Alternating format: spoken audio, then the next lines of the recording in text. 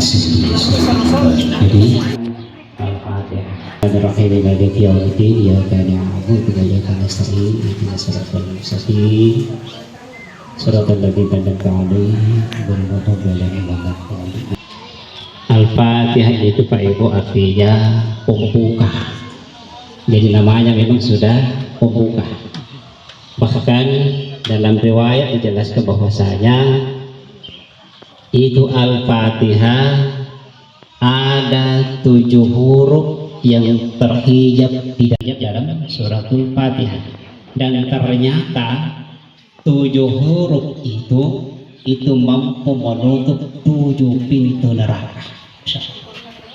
Ya, jadi nanti kita boleh cari-cari yang 7 huruf itu. Ternyata 7 huruf itu mampu menutup 7 pintu neraka. Ya, tadi kita telah mendirikan sholat zuhur secara berjamaah, alhamdulillah. Yang wajib itu berapa ini? 17 rakaat ya, 17 rakaat. Rakaat itu ya, itu semuanya ada faedah semua di dalamnya. Ya, kalau pintu surga ada berapa pintu Bu? 8. Pintu surga ada 8. Kemudian pintu neraka ada 7. Ada 7 pintu, jadi sudah 15. Ya, yang 2 itu ada juga hikmah lainnya. Ternyata ya, antara zuhur dengan asar ya, kata riwayat itu Allah Subhanahu wa taala akan membukakan kepada kita 8 pintu surga. Siapa yang mampu menyempurnakan ibadah zuhur asarnya, itu Allah akan bukakan kepada mereka 8 pintu surga. Jadi yang 2 bagaimana?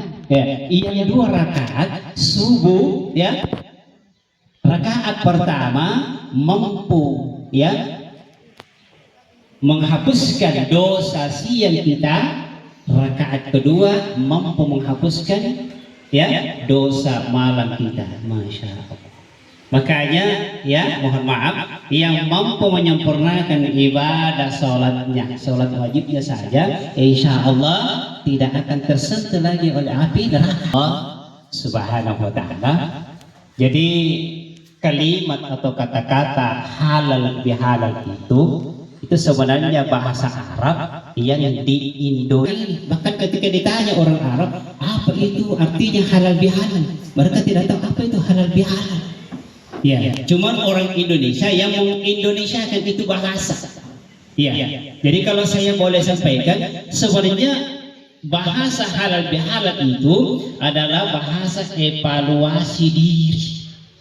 Kenapa evaluasi diri? Karena rata-rata halal bihalal itu dilaksanakan setelah ya proses ibadah puasa atau setelah kita merayakan Idul Fitri. Ya, boleh jadi karena kita tidak mampu datangi semua saudara kita ya dari rumah ke rumah, makanya kita adakan halal bihalal ya, kita ketemuan semua di situ. Jadi halal bihalal itu artinya bagaimana kita mampu ya mengikhlaskan ya segala dosa kita, segala kesalahan kita, meridhokan ya, bahkan meminta maaf atas segala dosa dan kesalahan kita yang boleh jadi kita lakukan, baik itu kita lakukan dengan sengaja maupun kita lakukan dengan tidak sengaja, baik itu besar maupun kecil. Salah satu momentum atau bagaimana kita ya mampu ketemuan ya. Jadi bukan juga reuni sebenarnya, tapi lebih dari itu ada makna di dalamnya. Padahal kalau kita lihat temanya ini, halal bihalal bukan sekedar pertemuan fisik, melainkan momen kembali ke hati dan mencerminkan ya kebekuan hubungan.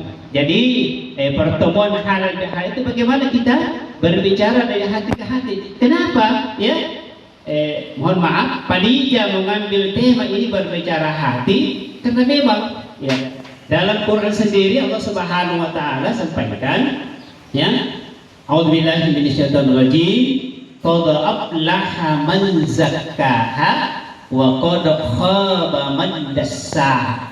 Ya, kata Allah, berbahagialah mereka yang senantiasa mampu mensucikan hatinya ya, Dan celakalah bagi mereka, rugilah mereka bagi mereka yang tidak mampu senantiasa mensucikan atau membersihkan hatinya. Jadi hati ini sesungguhnya menjadi ukuran kita di hadapan Allah Subhanahu wa Ta'ala.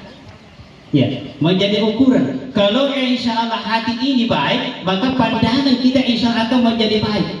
Akan tetapi, punna atiane mampandra, mohon maaf, ya. Ketika hati ini rusak, apa yang kita pandang kembali menjadi rusak. Ya. Sekarang ini banyak, ya, banyak orang, ya, apa namanya, mendapati kegagalan itu karena hatinya rusak. Akan tetapi ketika hati ini insya Allah bagus, hati ini sehat, hati ini suci karena senantiasa disucikan, insya Allah ketika ada keluarganya, ada temannya, ada tetangganya beli kendaraan, dia akan bersyukur kepada Allah. Ya Allah, alhamdulillah teman saya sudah beli mobil, teman saya sudah beli kendaraan. Boleh jadi manakala ada kebutuhan saya, teman saya, keluarga saya, saudara saya bisa bantu. Ya, ini ketika hati bersih, hati suci, tidak punya paham bagi dia. Masya Allah. Ya, makanya hati ini mari kita senantiasa pelihara. Insya Allah ketika hati ini terpelihara, semuanya akan menjadi baik, ya, di mata Allah Subhanahu wa Ta'ala. Saudaraku, insya Allah yang dirahmati dimuliakan Allah Subhanahu wa Ta'ala. Ya, sebenarnya kalau berbicara hal ada 3 momen sebenarnya, ya, yang mesti kita akan dilakukan. Mohon maaf sekali lagi, dilakukan setelah perayaan Idul Fitri. Ya, momen yang pertama, ya, banyak orang, ya, mohon maaf, banyak orang boleh jadi, ya, ketika Ramadan sebelum datang, kemudian Ramadan datang, kemudian Ramadan itu pergi, alhamdulillah ibadahnya bagus. Iya, jadi ada 3 momen itu. Ada golongan manusia yang sebelum datang Ramadan ibadahnya bagus, sedekahnya bagus, ya, hablum minallahnya, hablum nasnya bagus. Masuk Ramadan lebih bagus lagi. Setelah Ramadan dia mampu pertahankan. Yang seperti ini bagus. Kalau laki-laki mohon maaf, mungkin tidak ada lagi ibadah wajib jadi di rumah, tetapi di masjid semua. Kenapa? Itu anjuran bahkan perintah Nabi Rasulullah Muhammad sallallahu alaihi wasallam. Bahkan dalam riwayat pernah ada salah seorang buta bertanya kepada baginda Nabi, "Ya Rasulullah, bagaimana dengan saya? Kenapa? Saya ini orang buta ya Rasulullah." Kata Nabi, kalau orang buta pada saat itu kata Nabi, kalau kamu buta tidak mampu melihat, tidak usah ke masjid. Oh, dia bilang begitu ya Rasulullah. Akan tapi sebelum orang ini berangkat ditanya oleh Nabi, ya, apakah kamu mendengar ketika azan itu dikumandangkan? Ya Rasulullah, saya mendengar. Kata Nabi, wajib ke masjid. Masya Allah. Orang buta saja ketika mendengar azan wajib ke masjid, apalagi yang tidak buta, yang sehat jasmani rohaniah. Ya, jadi kalau kita yang sehat-sehat, mohon maaf, ketika Allah panggil kita dengan panggilan hayyal shalah, hayyal falah, mari kita datangi panggilan Allah. Karena sesungguhnya ketika kita mendatangi panggilan Allah Subhanahu wa Ta'ala, itu menunjukkan bahwa ketaatan kita kepada Allah Subhanahu wa Ta'ala itu sungguh luar biasa. Kemudian yang kedua, ada orang, yang boleh jadi ketika sebelum masuk ke Ramadan malas-malas saja beribadah. Ya, karena ke masjid 1 kali 1 hari, ya, 2 kali 1 hari. Tapi ketika masuk ke Ramadan, alhamdulillah, rajin tomi ibadah, rajin tomi ke masjid, alhamdulillah. Ya, akan tetapi setelah Ramadan hilang juga ibadahnya. Ini yang kasihan. Mereka seperti ini orang rugi. Iya, kenapa? Ya, yang namanya Ramadan itu cuma tamu. Ya, yang namanya tamu tidak akan mungkin dia akan tinggal selamanya dengan kita. Suatu saat, ya, bahkan tidak berbicara saat 1 bulan saja Ramadan akan menemani kita. Selepas itu Ramadan akan kembali menghadap Allah Subhanahu wa Ta'ala. Dan boleh jadi sekembalinya Ramadan menghadap Allah, Ramadan akan berkata kepada Allah, inilah nama-nama hamba-Mu ya Allah yang telah memuliakan aku. Ya, rugi kiranya ketika hadir di dalam Ramadan kita beribadah, selepas Ramadan hilang semua ibadah kita. Apakah hanya di dalam bulan suci Ramadan kita diperintahkan ibadah kepada Allah? Kan tidak. Yang namanya ibadah, ya, karena sudah melakukan perintah sebelum masuk Ramadan, maka setelah Ramadan itu wajib kita dirikan terus yang namanya ibadah sholat. Yang kedua, yang ketiga, ada golongan manusia yang sebelum datang Ramadan biasa-biasa saja. Ya, masuk Ramadan seperti itu juga. Setelah Ramadan seperti itu juga. Saya, ya, terkadang masih ada, mohon maaf, dia sholat hanya ketika Ramadan. Ya, bahkan ya ada juga yang tidak sholat sama sekali, sementara dia mengklaim dirinya Islam. Ya, yang pertama syahadah, yang kedua sholat, ketiga zakat, empat puasa, yang lima haji. Kalau yang kelima ini harus ada pengecualian dari Allah. Tapi kalau mampu harus dilaksanakan yang namanya haji ketika mampu. Ya, setelah mengucapkan dua kalimat syahadah, kalau kita sudah balik, wajib ya kita mendirikan yang namanya ibadah sholat. Ya, kenapa? Karena kapan kita tidak dirikan yang namanya ibadah sholat, kemudian kita mengaku Islam, itu ada konsekuensinya kalau tidak mau sholat. Ya, bahkan jauh-jauh Nabi sudah sampaikan, Ibu. Apa kata Nabi? As-salatu miftahul khair. Kebaikan kita. Ya. Berapa banyak kebaikan yang kita lakukan? Kita rajin sedekah, alhamdulillah, sedekahnya luar biasa. Ya, kita rajin zakat, ya, kita rajin membantu orang-orang yang lemah, orang-orang yang di bawah kita angkat. Tapi mohon maaf, tidak sholat di yaumul qiyamah, tidak akan kita dapatkan semua kebaikan kita. Jadi ukuran kebaikan kita di hadapan Allah Subhanahu wa taala itu dilihat dari seberapa baik ya pengabdian kita terus yang namanya ibadah persembahan ya kita kepada Allah Subhanahu wa taala dan meninggalkan semua yang dilarang oleh Allah Subhanahu wa taala. Bagaimana Al-Qur'an jelaskan, duribat alaihim dhillatu aina ma tuqifu illa bihabli minallah wa habli minan nas. Allah akan hinakan mereka. Ya, jadi sampai di masa mereka, ya boleh jadi kita semua, mudah-mudahan kita tidak masuk dalamnya ini. Allah akan hinakan mereka dimanapun mereka berada. Ya, kecuali mereka yang mampu memperbaiki hubungannya dengan Allah, ibadah, kemudian mampu memperbaiki hubungannya dengan sesama manusia. Oh, alhamdulillah, bagus hubungannya. Ya, tetapi mungkin salah satu persoalan saja yang tidak terlalu besar, akhirnya kekerabatan itu, kekeluargaan itu, pertemanan itu menjadi rapuh. Kemudian terakhir, ya, yang namanya orang beriman Pak itu, ya, yang namanya orang beriman itu, tidak cukup hanya beriman kepada Allah. Setelah beriman harus beramal. Ya, jadi iman saja tidak cukup, ya, akan tetapi harus dilakukan dengan amal. Ya, bahkan ketika kita beramal saja tidak cukup, ketika kita tidak ikhlas. Ya, dan ikhlas saja Pak Ibu tidak cukup, ya, manakala kita belum istiqomah. Dan semua itu pasti haruslah dilandasi dengan yang namanya ilmu. Dalam kayak Pak Haji di sini, alhamdulillah, ya, karena beliau punya kemampuan, ya, beliau kalau ini kampung Rawa, alhamdulillah. Karena kenapa? Ya, Pak Haji juga mau dunianya bagus, harus dengan ilmu. Dan alhamdulillah ilmu beliau ya luar biasa. Ya, sudah magister manajemen, dia tahu bagaimana cara berbisnis, berdagang yang bagus. Kalau tidak ada ilmunya kita mau kepada Allah, susah. Boleh jadi ya kita sengsara di dunia, ya, celaka nanti di akhirat. Ya, yang kita inginkan, ya, yang kita inginkan kata orang Makassar, yang kita dapatkan adalah upah na upaka, ya, kemudian celaka na upaka, rugi na upaka. Juga yang boleh jadi bagus dunianya, tapi bahkan dia katakan dunia ini adalah milik saya, silahkan miliki dunia, tapi ingat dunia hanya tempat persinggahan sementara. Ujung-ujungnya pasti akan kita kembali ke alam akhirat, kampung halaman kita. Makanya orang meninggal itu Bu dikatakan pulang.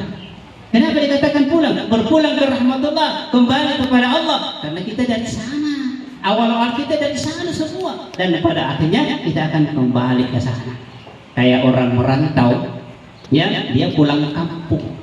Jadi semua orang perantau itu kembali pulang ke kampungnya. Sama dengan kita. Kita dari alam akhirat pada akhirnya kembali kepada alam akhirat. Ya, ada juga ya cilaka iya di dunia hidupnya sudah tidak bagus, ya sudah tidak mapan, sudah tidak bahagia, di akhirat juga lebih celaka lagi. Kenapa di dunia tidak mapan hidupnya? Karena malas dia berusaha, ya, malas dia berusaha. Kemudian ketika diberikan rezeki oleh Allah Subhanahu Wa Taala, malas sekali bersedekah. Para sedekah itu luar biasa, ya, nilai pahalanya di sisi Allah Subhanahu Wa Taala. Dalam Quran dijelaskan Allah Subhanahu Wa Taala berfirman, "Man jaa'a bil hasanati falahu asyru amsalha." Ya, barang siapa yang melakukan kebaikan satu, kata Allah, Allah akan ganti 10 kebaikan itu. Iya, jadi jangan lagi bata-bata, Pak Ibu. Satu kita keluarkan, 1 perak kita keluarkan, Allah ganti 10 perak. 1000 kita keluarkan, Allah ganti 10.000. Luar biasa. Ya, wa man jaa'a bis-sayyi'ati, ya, falahu aqsu amsalha. Ya, dan barang siapa ya melakukan kejahatan satu, kata Allah, ya, Allah akan kembalikan 1 juga. Ya, jadi pun saya pelanggaran saya tahu jadi petirang Allah Ta'ala. Beda dengan kebaikan. Kalau kebaikan itu dipergandakan pahalanya oleh Allah Subhanahu Wa Ta'ala. Tapi ketika kita melakukan kejahatan satu, Allah kembalikan juga 1. Luar biasa. Kenapa? Karena Allah sayang sama kita, Allah cinta sama kita. Sesungguhnya Allah, Pak Ibu, itu tidak mau itu ada hambanya masuk neraka. Ya, bahkan semua agama itu mengajarkan kita, ya, mengajarkan kita untuk bagaimana itu pemeluknya masuk surga semua. Semua agama itu mengajarkan agar semua pemeluk itu masuk surga semua. Iya, bukan hanya Insya Allah diciptakan Adam dan itu bentuk Muhammad. Jadi semua kita itu bentuk Muhammad semua, Pak Ibu. Jadi Adam itu bentuk Muhammad. Ya, kenapa bentuk Muhammad? Ya, coba lihat itu Adam. Ya, Adam itu kan, ya, kita itu titisan dari Adam semua. Ada kepala, ya, ada punggung, ada apa namanya, pantat di belakang, ada kaki. Jadi kita itu bentuknya Muhammad. Ketika kita berdiri itu model Muhammad semua. Ya, ketika kita ruku, ketika kita sholat, kita ruku itu model Muhammad. Ali berdiri, hak ruku, mim sujud, dan duduk itu Ahmad. Ahmad itu nama lain daripada Muhammad. Wa khuliqal insan ala suratir rahman. Dan Allah ciptakan yang namanya al-insan itu dari kasih sayang Allah. Siapa itu al-insan? Yang ada dalam diri kita. Itulah bentuk, itulah diri kita sebenarnya. Kalau yang kelihatan ini, Pak Ibu, semua bentuk diri. Jadi bentuk diri yang kelihatan. Ya, yang mana diri? Yang di dalamnya itu bentuk diri. Nah, ini nanti ya akan kembali kepada Allah Subhanahu Wa Taala. Hadirin saudara sekalian, ya, anggota Kopaska BPKRI yang dirahmati, dimuliakan Allah Subhanahu Wa Taala. Saya kira inilah yang dapat saya sampaikan, mengingat waktu karena sudah lewat 2 jam makan. Ya, saya tahu ada bapak-bapak, ibu-ibu yang dari pagi belum sarapan. Kemudian kalau di kampanye sudah keburu di mudah-mudahan pertemuan kita ini ada hikmahnya, dan insya Allah mudah-mudahan Allah Subhanahu Wa Taala senantiasa memberikan kesehatan kepada kita. Karena Pak Ibu, sehat itu adalah salah satu nikmat Allah yang diwakili sehat apa harta. Alhamdulillah. Kenapa? Harta bisa dicari ketika sehat, tapi kalau sakit tidak bisa dikumpulkan harta. Ya, makanya ya, andaikan kesehatan ini bisa dibeli, yakin tidak ada orang kaya sakit. Ya, tidak ada orang kaya sakit. Pasti semuanya sehat. Tapi ternyata nikmat kesehatan itu tidak bisa dibeli oleh harta dan bisa dibeli dengan uang. Makanya ketika Allah berikan kesehatan, mari kita jaga kesehatan itu untuk mampu memperbaiki hubungan kita dengan Allah dan mampu silaturahmi kita seperti ini, mampu kita jaga dengan baik. Insya-Allah kita berdoa kepada Allah. Dan juga ada orang malas sekali berdoa. Habis sholat, ya, salam kanan, salam kiri, langsung berangkat, berdiri langsung pulang. Ya, sekurang-kurangnya ada 10 doa. Ya, yang kata Ustaz Abdul Somad, ya, Allahumma inni as'aluka salamata fid-din wad dunya wal akhirah wa akramu Allahumma hawil alaina bizakatil maut wa najafin. Di semua itu dirangkum dalam yang luar biasa. Ya, akhirnya mari kita berdoa kepada Allah, ya. Sebagai istighfar kepada Allah Subhanahu. Astagfirullahaladzim, astagfirullahaladzim, astagfirullahaladzim. Amin amin ya rabbal alamin. Alhamdulillah rabbil alamin. والصلاة والسلام على أشرف الأنبياء. اللهم يا خالق النور، اللهم يا مالك النور، اللهم يا نور فوق كل نور، اللهم صل وسلم على سيدنا محمد في الأرواح، وسلم على جسد سيدنا محمد في الأجساد، وسلم على قبر سيدنا محمد في الأرواح. اللهم بلغ محمد صلى الله عليه وسلم بالله تحية وسلام. Allahumma balik ito Muhammad sallallahu alaihi wasallam billah anggota atau komunitas pasca PPKRI perwakilan sallallahu billah tahiyat wa salam. Allahumma inna nas'aluka salamata fid din wal dunya wal akhirah wa ziyadatan fil ilm wa barakatan fil rizqi wa tawbatan qabla al-maut wa rahmatan 'inda al-maut wa maghfiratan ba'da al-maut. Allahumma hafidh 'alaina fi sakaratil maut wal najata minan nar wal 'afwa 'inda al-hisab. Rabbana ighfir lana wa walidina warhamhuma kama rabbayana shighara wa li jami'il muslimina wal muslimat wal mu'minina wal mu'minat al ahya'i minhum wal amwat innaka sami'un 'alimun mujibud ya rabbi ya qadil hajat. ظلمنا أنفسنا وإن لم تغفر لنا وترحمنا لنكونن من الخاسرين. ربنا آتنا في الدنيا حسنة وفي الآخرة حسنة وقنا عذاب النار. سبحانك